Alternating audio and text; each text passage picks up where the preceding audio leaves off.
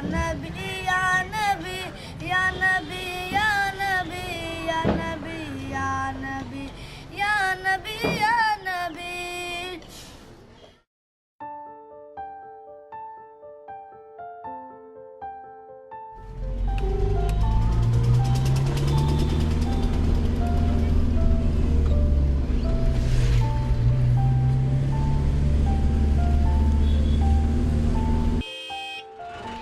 India, with a population of over 1 billion people, is home to 1/3 of the world's poor. In January of 2005, our family visited Bodh Gaya in Bihar, India, said to be the poorest state in their nation.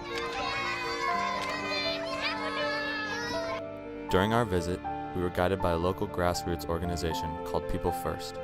They provide education and programs to street children and children of poor families in the area. Of all the People First schools that we visited, we were deeply moved by their Gaya Rescue Project. Most of the children in this program are railway children who have been lost, orphaned, or abandoned and live at the local train station. There, they sleep around the train platforms, often under cardboard. With its proximity to the Himalaya mountain range, the cold season brings freezing conditions, and every year some of these children die of exposure. We were struck by the enormous differences between the children who participated in the Gaya Rescue Project and those who did not. Prone to prostitution, drug abuse, and often ending up in jail, these children live a life of begging or making money recycling garbage left by travelers. Before leaving Bodh Gaya, our family contributed to People First's annual blanket drive. At the time, it seemed like the best thing we could do to help. Our memories of this world haunted us after we left, until an opportunity to really do something special presented itself upon returning from our trip.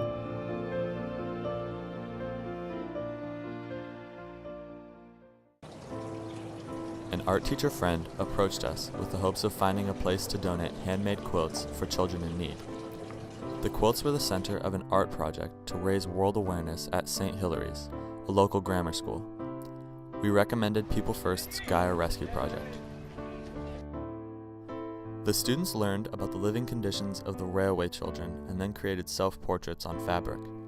The idea behind the project was not only to educate the students about a less fortunate part of the world, but to learn that art was a way to reach out, communicate, and help improve the world for others.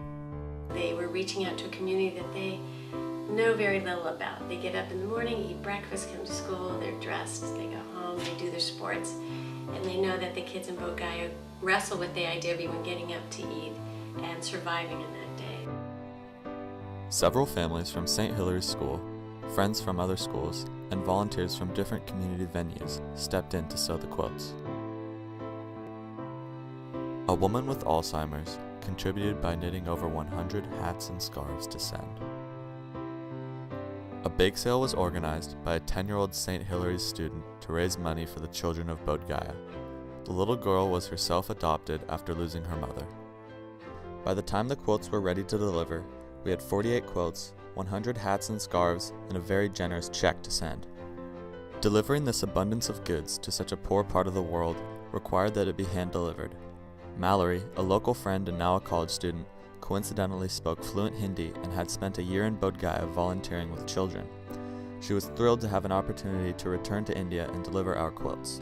Well, getting the quilts to Bodh Gaya wasn't exactly easy. We had to find a way that we could carry 50 quilts, whether it's in a backpack or duffel bags, and we finally decided on a couple of ginormous bags. Once I got to India, it was a little bit difficult to carry the bags. I had a coolie help me carry it to the train. Once we got to the train, they were a little bit too big to get into the compartment, so I just put them on the bag there and laid on top of them and fell asleep. I was exhausted after a 27-hour flight.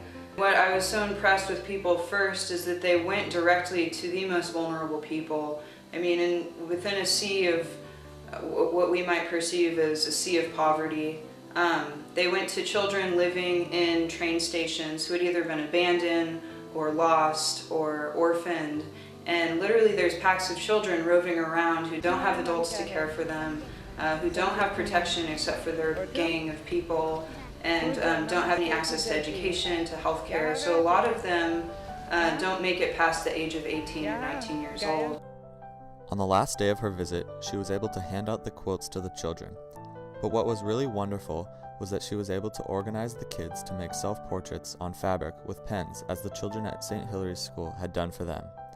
These fascinating portraits returned with her and presented an opportunity for the Railway children to give back to their program. After I distributed them, they all folded them out and were comparing and contrasting and looking at all the different kids' pictures, and it was just really fun. They started dancing and doing their Indian dances, and they put on a little talent show, and a couple of the kids sang, and a few of them did these special dances, and they're all laughing. But they're definitely comparing the quilts, and their smiles were huge. And again, I think the opportunity for them to draw their own self-portraits and come back to quilts here was a really important part of that too, where they could receive that gift and then give back. Mallory's mother, a talented local artist, was deeply moved by the self-portraits when she saw them. She duplicated them on paper and began making collages. As soon as I saw how different they were from the portraits I was accustomed to from children over here, they inspired me to make art. They were so alive, they were so colorful, and they were wild. And you could see that they were really spirited, wild children, full of joy, and they just made me want to jump in and do some art. I think when Mallory worked with them and they did their self-portraits, there's something about doing your self-portrait that's very validating and really great for your self-image, and just to know that somebody wants to look at your face and make art out of your face, and that the other people want to buy art that's made from an image with your face on it, could be a really powerful thing for them to know. The quilts will provide warmth, but I think more than that, on a deeper level, it just provided a sense of connection on all sides, and they felt that. What has been special about our quilt project is the way it has touched everyone involved and continues to inspire new people to do what they can to contribute. A local boutique owner has offered to help fundraise by selling cards that we have made with the Faces of Hope collages. A well-known local pianist plans to perform a concert as her way to give. Within a year, Mallory will be returning to Bodh Gaya with more quilts and funds from all of our community efforts. The Faces of Hope project continues to move in a full circle, providing love and warmth for children through art.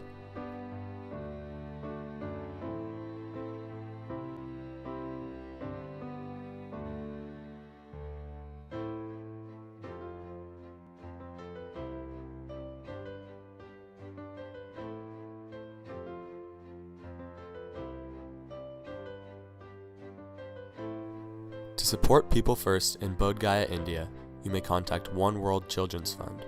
One World Children's Fund supports community-based organizations around the world that serve vulnerable children and their caregivers.